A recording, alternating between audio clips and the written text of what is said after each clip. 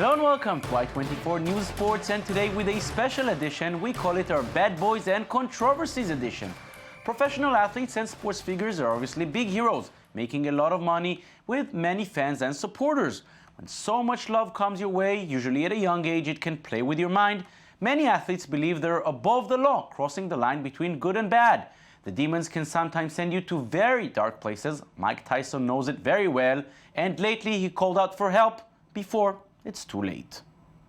You know, I want to change my life. I want to live a different life now. I want to live my sober life. I don't want to die.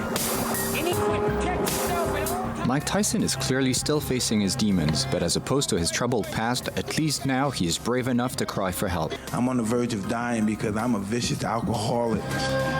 Most people would mock the circus freak show that Mike Tyson has become, and mainly remember his last boxing years in decline, the rape conviction and time spent in prison, the verge of bankruptcy despite earning mega millions. But the real Mike Tyson, the legendary Mike Tyson of the late 1980s, was a phenomenal fighter who deserves to be ranked alongside boxing's history's greatest fighters.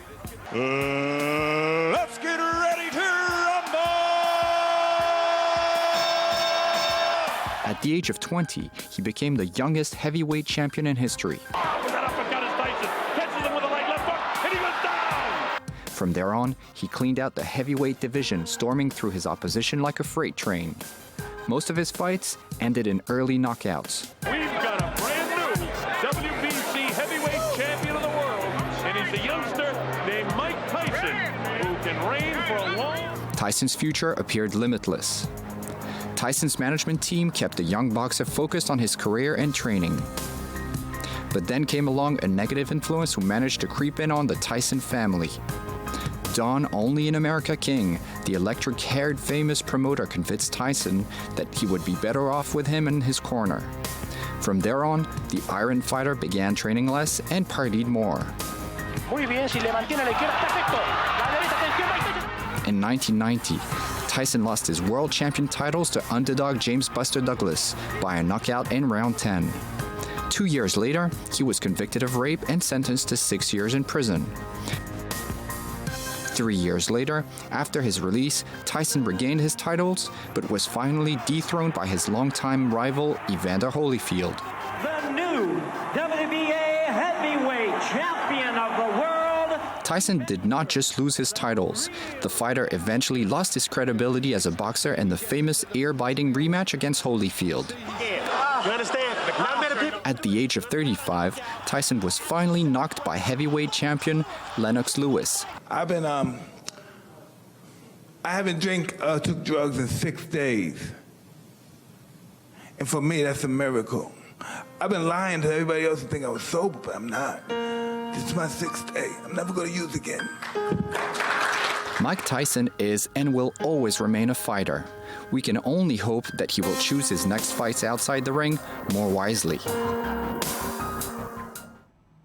We've seen a lot of Dennis Rodman in the headlines lately, from controversial trips to North Korea for Kim Jong-un's birthday to verbal eruptions during a CNN interview that ended up going viral. But after returning from the Far East recently, the ex-NBA star has found himself somewhere new. More in Merav Savir's report.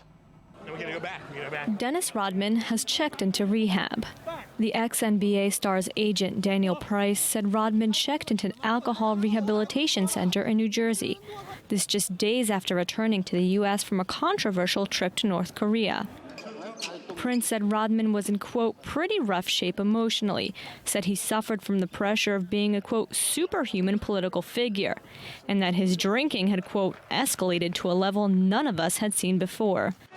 Rodman and a team of ex-NBA players traveled to North Korea to celebrate leader Kim Jong-un's birthday with a basketball game.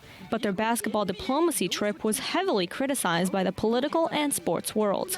And even after the team returned from the communist state, outgoing NBA Commissioner David Stern had a few words to say. Well, he didn't invite me to go with him, and had he, I would have declined, because I think that those things are best undertaken by coordination with government to make sure that the right protocols are followed, and sports diplomacy is used at its highest and best level. There's a huge, huge spot for sports diplomacy birthday parties for dictators that torture, kill, starve, develop missiles and bombs.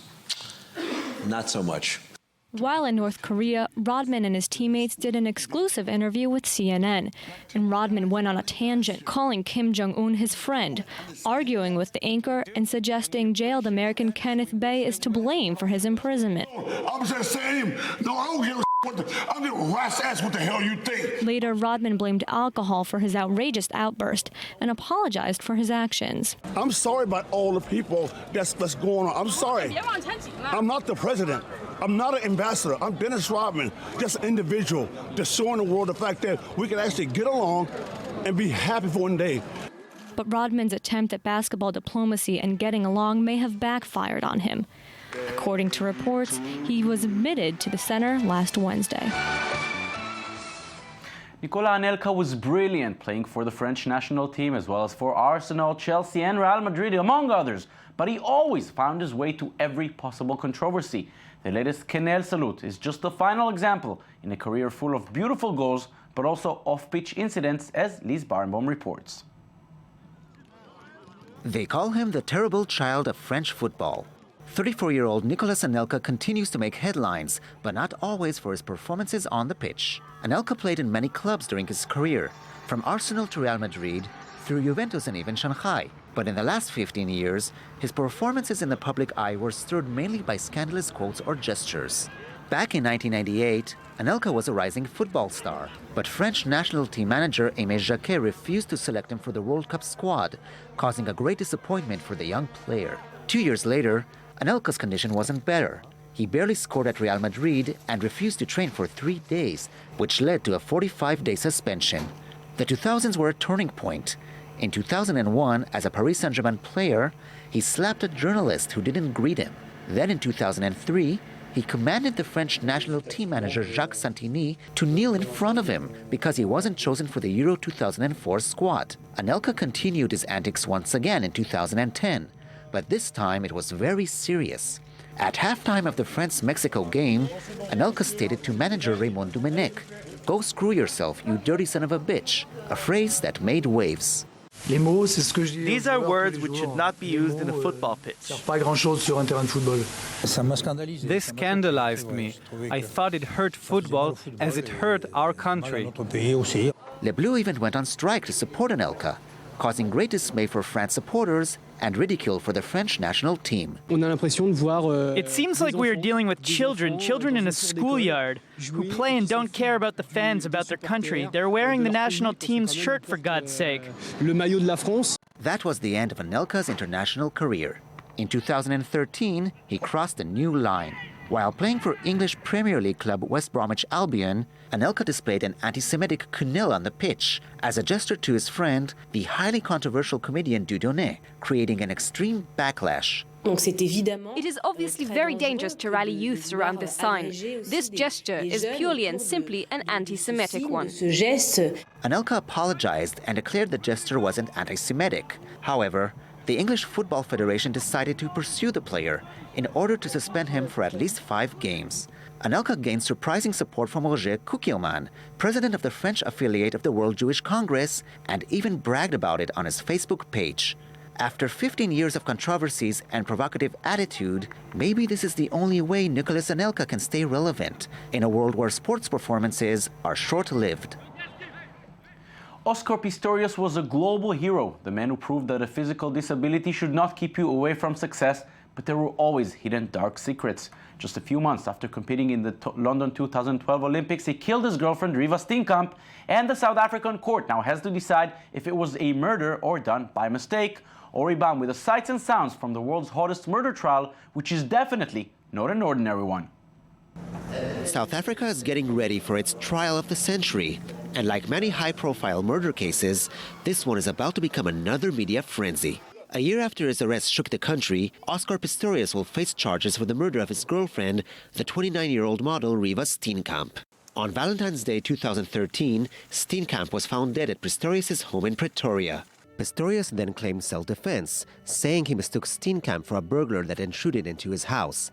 The sprint runner allegedly fired 4 shots into his closed bathroom door, killing his girlfriend who was on the other side.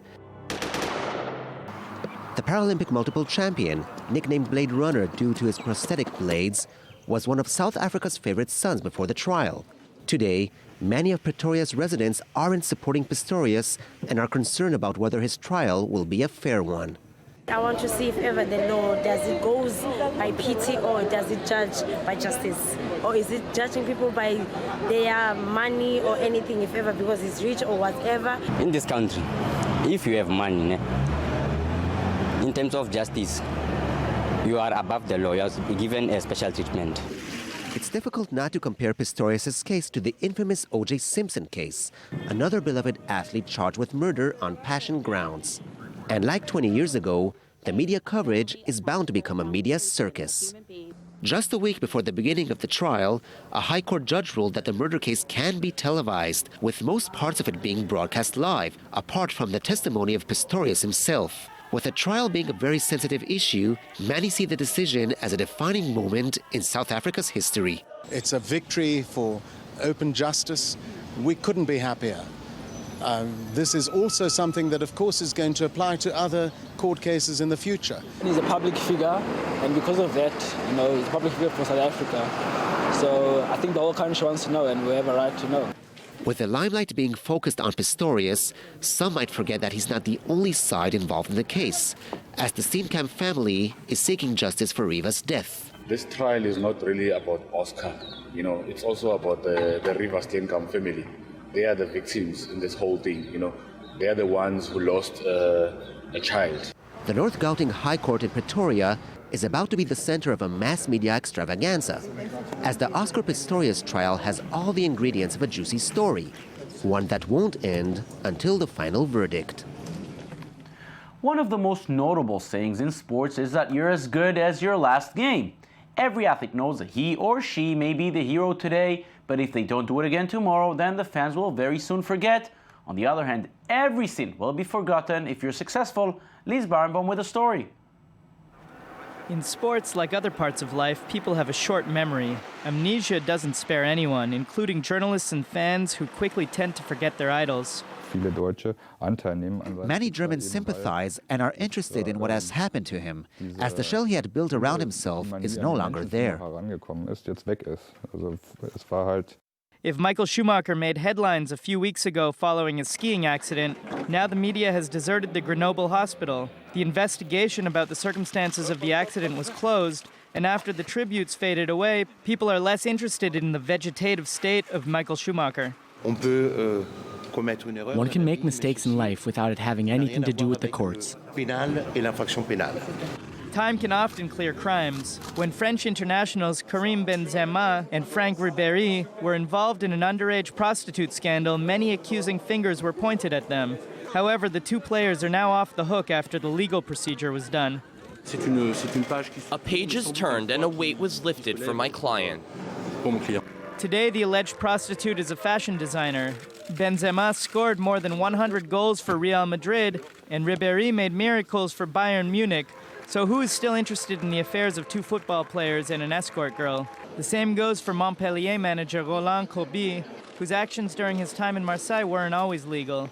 Others are buried even before retirement. When Roger Federer suffered from a mediocre 2013 season, everyone seemed to forget his 17 Grand Slam titles. The law enforcement agencies and the prosecution will make sure that Pistorius does not disappear or does not go out of the country and never comes back to face his day in court. In February 2013, South African Paralympic champion Oscar Pistorius was charged for the murder of his girlfriend, 29-year-old Riva Steenkamp. Even though the prosecution said the couple was going through a serious crisis in a country where violence is common, public opinion was more than understanding towards the athlete. Some public excuses were even enough to clear Pistorius' conscience. Since that devastating Thursday morning on 14 February, not a day has gone by that anyone who ever came into contact with Riva Steenkamp hasn't thought about her. Now more than ever, her memory lives on for her friends who cannot forget the lasting effect she had on everyone she met. While waiting for the start of his trial, Pistorius has gone back to training. Even if he risks his immortal status as an athlete, he still gains the support of his fans. Yes, when you're a successful athlete, it's always easier to forgive. And that's it for this special Bad Boys and Controversies edition. Don't forget you can watch this and every other edition on our website at i24news.tv, also on Facebook and on Twitter. Thank you for watching. Goodbye.